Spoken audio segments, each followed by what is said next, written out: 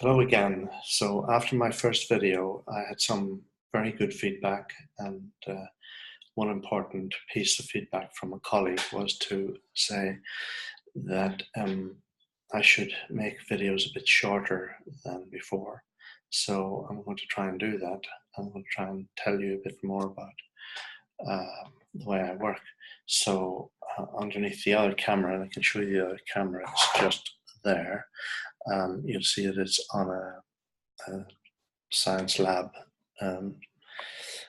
stand, and it's a very simple arrangement. So we can look at what's underneath the other camera in a moment. I'll try and do some teaching today, something useful for a student. And so using Zoom, which I'm doing now to make this little video, I can share my screen with you, and going to share screen right now. So you can see a lot of stuff on my screen. Doesn't mean much to you, but it means I know where stuff is on there. I can drag what's under my other camera onto the screen just like this, and then what you would see from the comfort of your own home is the work that you and I would do together in our class. So I thought I would look at some circles today, and I've got this device here which a student could have very easily at home. Or the other device for drawing circles, of course, is a pair of compasses. You might be asked to use this in the exam, probably to draw an arc, possibly a circle, but for the purposes of right now, to show you how easy this is to get one of these lids. This was off an orange juice bottle. That's really handy to be able to draw a circle really quickly, and then we can do some work on the circle. So okay, so I did a few of those earlier, just before you joined me, and trying to work as quickly as we can. This is a game that a GCSE student could do. A Key Stage 3 or Key Stage 4 student could do this, draw a few circles, and then practice doing the rules for circles or circle theorems. And I like to start inside the circle. And we've got ourselves, we can draw a chord across like this, and then we've got the center of the circle just below the center line there. And we can draw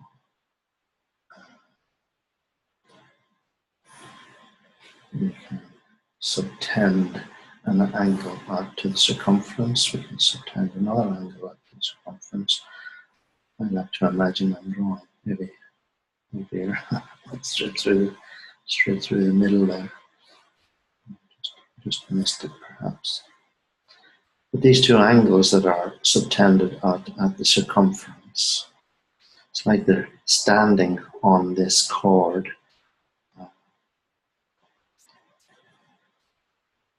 They are equal to each other, whatever degrees is in the angle, they're equal to each other. So that angles standing on the same chord or standing on the same arc of the circle are equal to each other. And then the angle at the center of the circle, standing also on that same arc, is 2 times the angle way out at the edge, way out at the circumference. So that's one thing that we can do with a circle. If we take another circle, this time we're going to go straight through the center, so we've got a diameter there. And then we've got 2 semicircles, so and then we can draw an angle in a semicircle. This is one of your other rules for circles. Of course, that's going to be a 90-degree angle. You have to watch out for that one. And okay, so what else can we do inside a circle? Well, we could take a radius. We could start to move outside the circle. We could have tangent tangent just touching at one point, so we have to be careful with the drawing of the tangent. That angle is going to be 90 degrees. And now on to tangents. I suppose we could take a point outside the circle. Point perhaps anything you like, really outside the circle, make a good tangent from that point to there. And again, in the center of the circle, like this, we can go to the edge, to there again. And two right angles this time. And the shape that we have just made, which we could call Q, Q, O, and S. That shape is actually a kite shape.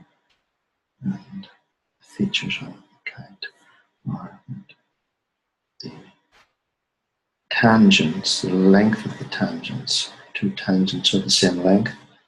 The two radii are the same length. And of course, this side, this length in the middle, is the same in both triangles. So those two triangles are identical to each other. The two triangles are congruent. So then we could go to a situation where we've got quadrilateral inside the circle, and as long as the four vertices are on the circumference, we can have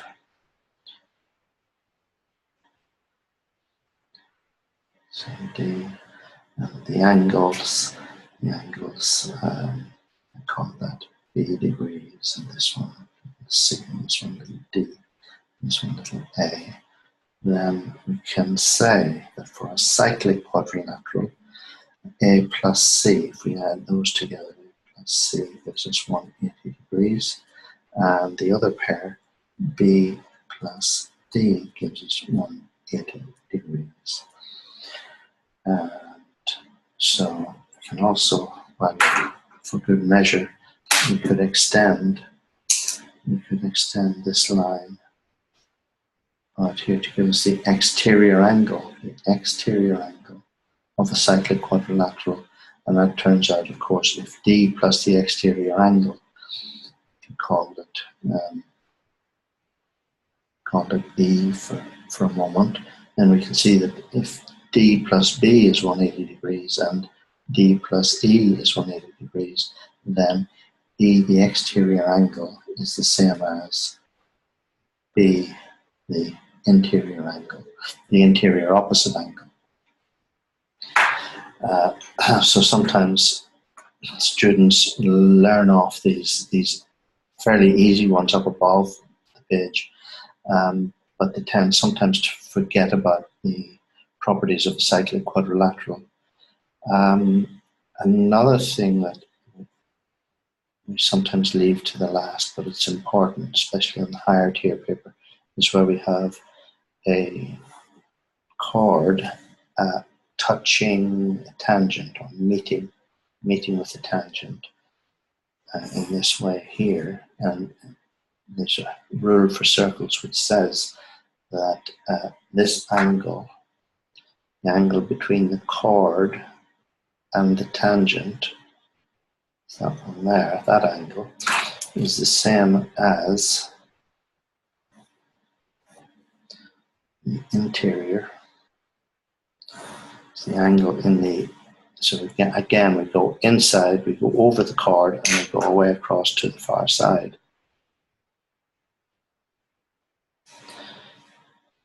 So it's a bit like this one where the exterior angle is equal to the interior opposite angle. Here we've got the exterior angle, if you like, the angle between the chord and the tangent is equal to the angle in the opposite segment. So this one is going to be called the opposite segment theorem.